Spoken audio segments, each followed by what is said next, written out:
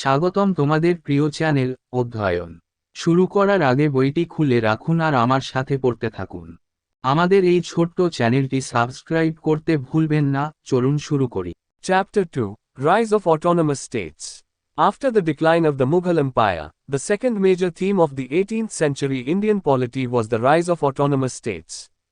From the debris of the Mughal Empire arose a large number of autonomous and semi-autonomous states which the British had to overcome before emerging supreme in India. Thus, in this chapter, you will learn about the Indian states and society on the eve of British conquest. অধ্যায় 2, স্বায়ত্তশাসিত রাষ্ট্রের উত্থান। মুঘল সাম্রাজ্যের পতনের পর 18 শতকের ভারতীয় রাজনীতির দ্বিতীয় প্রধান বিষয় ছিল স্বায়ত্তশাসিত রাজ্যগুলির উত্থান। মুঘল সাম্রাজ্যের ধ্বংসাবশেষ থেকে প্রচুর সংখ্যক স্বায়ত্তশাসিত এবং আধা স্বায়ত্তশাসিত রাজ্যের উদ্ভব হয়েছিল, যা ভারতের সর্বোচ্চ আবির্ভাবের আগে ব্রিটিশদের অতিক্রম করতে হয়েছিল। এইভাবে এই অধ্যায়ে আপনি ব্রিটিশ বিজয়ের প্রাক্কালে ভারতীয় রাজ্য এবং সমাজ সম্পর্কে শিখবেন। By 1761, the Mughal Empire was an empire only in name. Its weaknesses had enabled regional powers to assert their independence. Yet the new states did not directly challenge the authority of the Mughal emperor, as he continued to be seen as the source of political legitimacy. These states also continued the Mughal institutions in many areas of governance.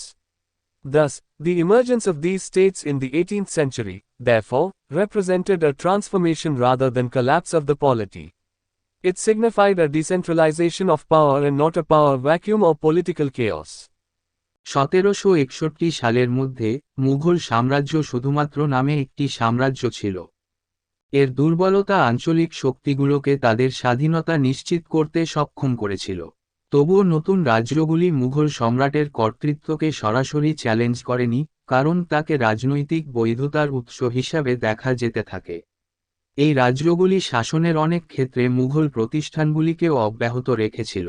এইভাবে 18 শতকে এই রাজ্যগুলির উত্থান, তাই, রাজনীতির পতনের পরিবর্তে একটি রূপান্তরের প্রতিনিধিত্ব করে। এটি ক্ষমতার বিকেন্দ্রীকরণকে নির্দেশ করে, ক্ষমতার শূন্যতা বা রাজনৈতিক বিশৃঙ্খলা নয়। Broadly, three kinds of states arose. 1. Successor states. They were the erstwhile provinces of Mughal Empire that broke away and arose as a result of assertion of autonomy by governors of Mughal provinces. These were Hyderabad, Karnataka, Bengal and Awadh. মোটামুটিভাবে 3 ধরনের রাষ্ট্রের উদ্ভব হল। 1. উত্তরসূরি রাজ্যগুলি ছিল মুঘল সাম্রাজ্যের পূর্ববর্তী প্রদেশগুলি, যা মুঘল প্রদেশগুলির গভর্নরদের দ্বারা স্বায়ত্তশাসনের দাবির ফলে ভেঙে যায় এবং উদ্ভূত হয়েছিল। এগুলো ছিল হায়দ্রাবাদ, কর্ণাটক, বেঙ্গল এবং Awadh. 2. New states. They were the creations of rebellious local chiefs and arose as a result of rebellion against Mughal authority. These were the states set up by the Marathas, Sikhs, Jats and Afghans. 2. নতুন রাজ্যগুলি ছিল বিদ্রোহী স্থানীয় প্রধানদের সৃষ্টি এবং মুঘল কর্তৃত্বের বিরুদ্ধে বিদ্রোহের ফলে উদ্ভূত হয়েছিল। এগুলি ছিল মারাঠা, শিখ, জাট এবং আফগানদের দ্বারা প্রতিষ্ঠিত রাজ্য। 3. Independent states. They were neither the result of a breakaway from or rebellion against Delhi.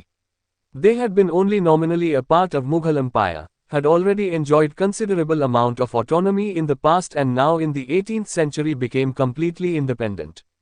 These were the regions on the southwest and southeast coast of India, i.e. Mysore, Kerala and the Rajputs, sometimes wrongly called the Hindu states. 3. স্বাধীন রাজ্যগুলি তারা দিল্লি থেকে বিচ্ছেদ বা বিদ্রোহের ফলাফল ছিল না। তারা শুধুমাত্র নামমাত্র মুঘল সাম্রাজ্যের একটি অংশ ছিল, অতীতে ইতিমধ্যে যথেষ্ট পরিমাণ স্বায়ত্তশাসন উপভোগ করেছিল এবং এখন 18 শতকে সম্পূর্ণ স্বাধীন হয়েছে। এইগুলি ছিল ভারতের দক্ষিণ পশ্চিম এবং দক্ষিণ পূর্ব উপকূলের অঞ্চল, যেমন মহীশূর, কেরালা এবং রাজপুতরা, কখনো কখনো ভুলভাবে হিন্দু রাজ্য বলা হয়। These states were strong enough to destroy Mughal power but none was able to replace it. Though some states were very prosperous and some gained considerable military power, none could achieve resources and power to maintain an all-India polity. One of the major weaknesses of these states was their backwardness in science and technology. This became one of the major reasons for the total subjugation of India by the most modern country of the time, the Great Britain. এই রাজ্যগুলি মুঘল শক্তিকে ধ্বংস করার জন্য যথেষ্ট শক্তিশালী ছিল, কিন্তু কেউই তা প্রতিস্থাপন করতে সক্ষম হয়নি। যদিও কিছু রাজ্য খুব সমৃদ্ধ ছিল এবং কিছু যথেষ্ট সামরিক শক্তি অর্জন করেছিল, তবে কেউই সর্বভারতীয় রাজনীতি বজায় রাখার জন্য সম্পদ এবং ক্ষমতা অর্জন করতে পারেনি। এই রাষ্ট্রগুলির একটি বড় দুর্বলতা ছিল বিজ্ঞান ও প্রযুক্তিতে তাদের পশ্চাৎপদতা। এটি সেই সময়ের সবচেয়ে আধুনিক দেশ গ্রেট ব্রিটেন দ্বারা ভারতের সম্পূর্ণ পরাধীনতার একটি প্রধান কারণ হয়ে ওঠে। Successor states, Hyderabad, Karnataka, Bengal and Awadh. These states started exercising full autonomy, without formally renouncing their allegiance to the Mughal emperor, thus giving rise to a new political order within the Mughal institutional framework. The fiction of Mughal sovereignty was kept alive through the following. এই রাজ্যগুলি সম্পূর্ণ স্বায়ত্তশাসনের অনুশীলন শুরু করে, আনুষ্ঠানিকভাবে মুঘল সম্রাটের প্রতি তাদের আনুগত্য ত্যাগ না করে, এইভাবে মুঘল প্রাতিষ্ঠানিক কাঠামোর মধ্যে একটি নতুন রাজনৈতিক ব্যবস্থার জন্ম দেয়। মুঘল সার্বভৌমত্বের কথাসাহিত্য নিম্নলিখিত মাধ্যমে জীবিত রাখা হয়েছিল। Annual revenues were sent to the imperial treasury. Emperor's formal confirmation was taken for the appointment to high offices. Orders, titles, etc. were given in the name of the Mughal emperor. বার্ষিক রাজস্ব রাজকোষে পাঠানো হতো। উচ্চ পদে নিয়োগের জন্য সম্রাটের আনুষ্ঠানিক নিশ্চয়তা নেওয়া হয়। মুঘল সম্রাটের নামে আদেশ, উপাধি ইত্যাদি দেওয়া হতো। Hyderabad and the Nizams. Nizam-ul-Mulk Asaf Jah, 1724–48. The state of Hyderabad was founded in 1724 by a powerful noble of the Turani group at the imperial court, Qamar-ud-Din Siddiqui. He is also known by his titles Chin Kilich Khan, awarded by Emperor Aurangzeb in 1690–91, Nizam-ul-Mulk, awarded by Farrukhsiyar in 1713, and Asaf Jah, awarded by Muhammad Shah in 1725. Hyderabad ও নিজাম। নিজামুল মুলক আসফ জাহ, 1724–48। হায়দ্রাবাদ রাজ্যটি 1724 সালে রাজদরবারে তুরানি গোষ্ঠীর একজন শক্তিশালী সম্ভ্রান্ত কমর-উদ-দিন সিদ্দিকী দ্বারা প্রতিষ্ঠিত হয়েছিল। তিনি চিন কিলিচ খান, 1690–91 সালে সম্রাট আওরঙ্গজেব কর্তৃক পুরস্কৃত, নিজাম-উল মুলক, 1713 সালে ফররুখ হোসিয়ার কর্তৃক পুরস্কৃত, এবং আসাফ জাহ, 1725 সালে মুহাম্মদ শাহ কর্তৃক পুরস্কৃত উপাধি দ্বারাও পরিচিত। As Viceroy of Deccan, 1713–22, during the Mughal days, the Subadar of Deccan was appointed at Hyderabad. The idea of an independent state in Deccan was first conceived by Zulfikar Khan, who had obtained the viceroyalty of the Deccan in 1708. After his death in 1713, Kilich Khan became the Deccan viceroy upon insistence of Farrukhsiyar, who conferred upon him the title of Nizam-ul-Mulk. As Viceroy of Deccan, he reorganized the administration and streamlined the revenue system. দাক্ষিণাত্যের viceroy হিসেবে 1713–22 মুঘল আমলে দাক্ষিণাত্যের সুবাহদার হায়দ্রাবাদে নিযুক্ত হন। দাক্ষিণাত্যে একটি স্বাধীন রাষ্ট্রের ধারণা সর্বপ্রথম জুলফিকার খান দ্বারা কল্পনা করা হয়েছিল, যিনি 1708 সালে দাক্ষিণাত্যের ভাইসরয়লিটি পেয়েছিলেন। 1713 সালে তার মৃত্যুর পর কিলিচ খান ফররুখ হোসিয়ারের পীড়াপিড়িতে দাক্ষিণাত্যের ভাইসরয় হন, যিনি তাকে নিজাম উপাধিতে ভূষিত করেছিলেন উল মুলক।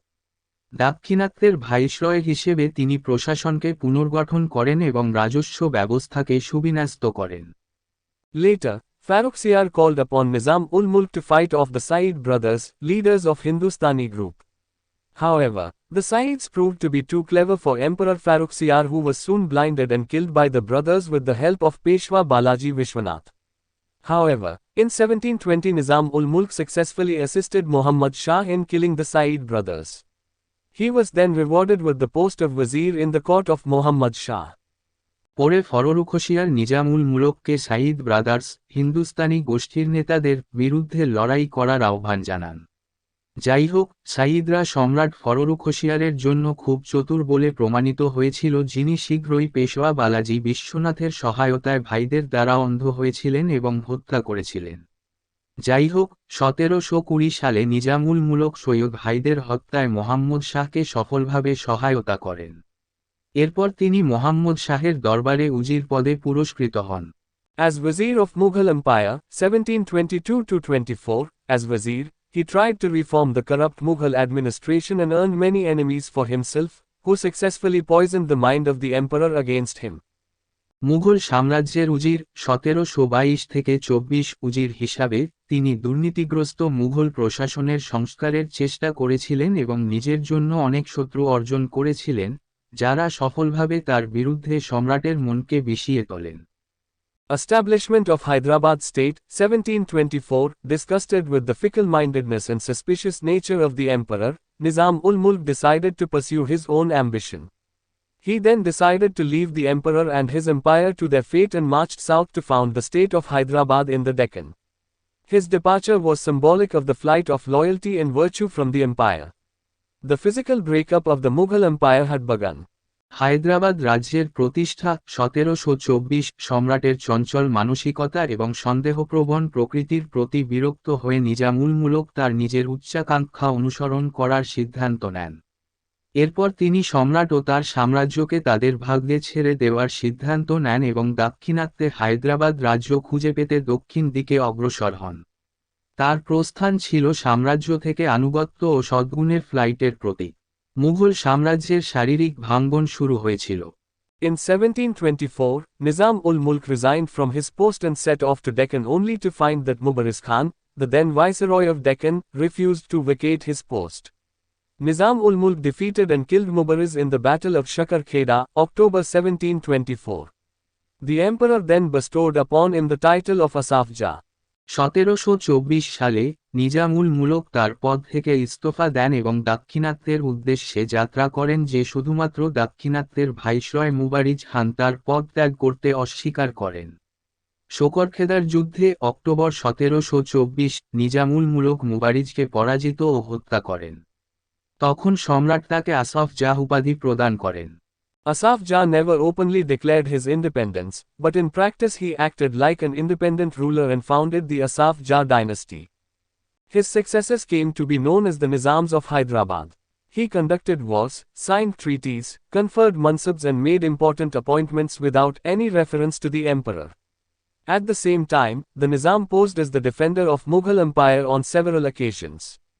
For instance, in the Battle of Karnal, 1739, the Nizam accompanied the emperor to fight against Nadir Shah.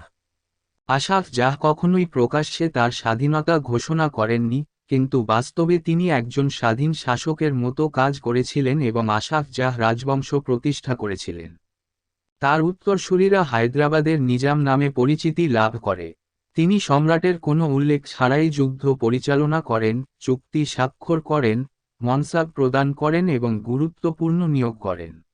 একই সময়ে নিজাম বেশ কয়েকটি অনুষ্ঠানে মুঘল সাম্রাজ্যের রক্ষক হিসাবে জাহির করেছিলেন। উদাহরণস্বরূপ কর্নালের যুদ্ধে 1739 নিজাম সম্রাটের সাথে নাদির শাহের বিরুদ্ধে যুদ্ধ করেছিলেন। The Nizam was a wise statesman and a benevolent ruler. He reformed the revenue system, subdued the power of the zamindars and followed a tolerant policy towards the Hindus. A Hindu, Puran Chand, was his diwan. He also cleverly diverted Maratha energy by suggesting to the Peshwa the possibility of Maratha expansion in the north, a suggestion readily accepted by Baji Rao I. Nizam ছিলেন একজন জ্ঞানী রাষ্ট্রনায়ক এবং একজন দানশীল শাসক।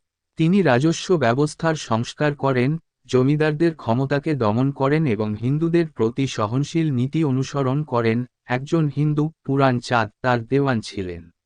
উত্তরে মারাঠা সম্প্রসারণের সম্ভাবনা পেশওয়াকে পরামর্শ দিয়ে তিনি চতুরতার সাথে মারাঠা শক্তিকে সরিয়ে দিয়েছিলেন, একটি পরামর্শ বাজি রাও প্রথম দ্বারা সহজেই গৃহীত হয়েছিল। War of Succession, 1748. After his death in 1748, a bloody war of succession followed between his son Nasir Jung and grandson, Muzaffar Jung. Taking advantage of the political crisis, the Marathas, Mysore and the Carnatic, all settled their scores against Hyderabad. The Marathas invaded the state at will and collected Chauth. The French under Dupleix also used this opportunity to play off one group against the other and supported Muzaffar Jung in return for handsome monetary and territorial rewards. উত্তরাধিকার যুদ্ধ 1748 সালে তার মৃত্যুর পর তার পুত্র নাসির জং এবং নাতি মুজাফফর জংয়ের মধ্যে উত্তরাধিকারের একটি রক্তক্ষয়ী যুদ্ধ হয়। রাজনৈতিক সংকটের সুযোগ নিয়ে মারাঠা, মহীশূর এবং কর্ণাটিকরা সবাই হায়দ্রাবাদের বিরুদ্ধে তাদের স্কোর স্থির করে। মারাঠারা ইচ্ছামতো রাজ্য আক্রমণ করে চৌথ আদায় করে। ডুপ্লেক্সের অধীনে ফরাসিরাও এই সুযোগটি ব্যবহার করে একটি গ্রুপকে অন্য দলের বিরুদ্ধে খেলার জন্য এবং সুদর্শন আর্থিক এবং আঞ্চলিক পুরস্কারের বিনিময়ে মুজাফফর জংকে সমর্থন করেছিল। এখানেই এই ভিডিওটি শেষ করলাম। পরবর্তী ভিডিওতে আমরা বাকিটা পড়ব।